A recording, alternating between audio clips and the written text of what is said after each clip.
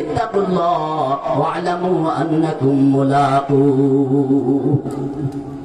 বারবার আল্লাহ পাক রব্বুল আলামিন তাকে ভয় করার কথা বলেছেন। এ পর্যন্তই শেষ নয়, বারবার খালিদ তাকুল্লাহ বলছেন।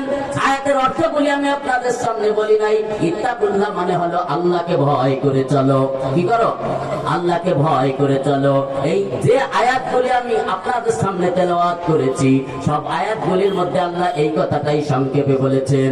বাজারে যাবা ওখানে আল্লাহর ভয়, বাড়িতে যাবা আল্লাহর ভয়, মাহফিল শুনতে এসেছো আল্লাহর ভয়, মসজিদে গিয়েছো আল্লাহর ভয়, আত্মীয় স্বজনের বাড়িতে গিয়েছো আল্লাহর ভয়। এ তুমি যা কিছু করো সব জায়গায় আল্লাহকে ভয় করে চলবা।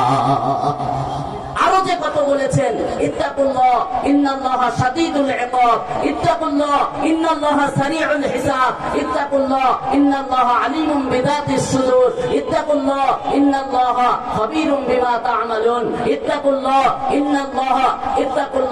ইন্নাল্লাহা গফুরুর রহিম, ইত্তাকুল্লাহ ইন্নাল্লাহা সামিউন আলিম, ইত্তাকুল্লাহ ইন্নাল্লাহা তাওয়াবুর রহিম। চিৎকার মেরে বলেন আল্লাহু আকবার, আল্লাহু আকবার। যে বলতেছিলাম দোস্ত বন্ধু, যেই জিনিসের আল্লাহর কাছে খুব গুরুত্ব, যেই জিনিসটা তার বান্দারা অবলম্বন করলে বান্দারা আখিরাতে হবে বড় লোক, আখিরাতে হবে বিশাল ধন ভান্ডারের মালিক, বিশাল আলিশান জান্নাতের মালিক, ওই জিনিসটা অর্জনের জন্য আল্লাহ বারবার তার বান্দাদেরকে ডাক দিয়ে বলতেছেন, আমাকে ভয় করে চলো। আল্লাহকে ভয় করবেন তো? করবেন?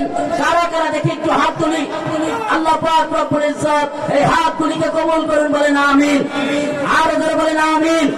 আমার যুবক ভাইদেরকে সর্বক্ষেত্রে স্কুলে কলেজে যেখানেই তারা থাকুক না কেন, সেখানে থেকে আল্লাহ পাক রব্বুল আলামিনকে ভয় করে চলার তৌফিক দান করুন, বলেন আমিন।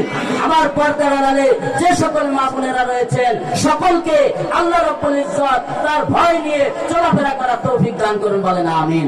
হাত নামান দোস্ত।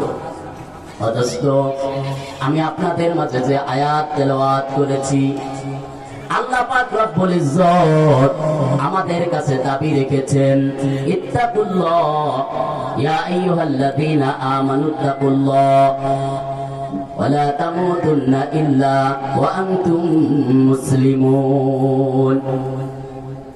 ইত্তাকুল্লাহ হাক্কা তুকাতিহি, আল্লাহকে যথাযথভাবে ভয় করো। আল্লাহকে একটু খেয়াল করেন, আল্লাহকে কি করো? যথাযথভাবে ভয় করো। আল্লাহকে যথাযথভাবে ভয় করো। ইত্তাকুল্লাহ হাক্কা তুকাতিহি, তাফসীরে ইবনে কাসিরের মধ্যে লিখেছেন এই কথাটা তিনটি অর্থ। কয়টি অর্থ ভাই? মনে রাখা যাবে কথাগুলি।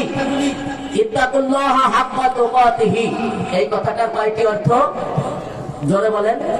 তিনটি অর্থ। আমি এক এক করে আপনাদের সামনে বর্ণনা করব। যখন যেটা বলবো তখন আমার সাথে একটু সাড়া দিবেন।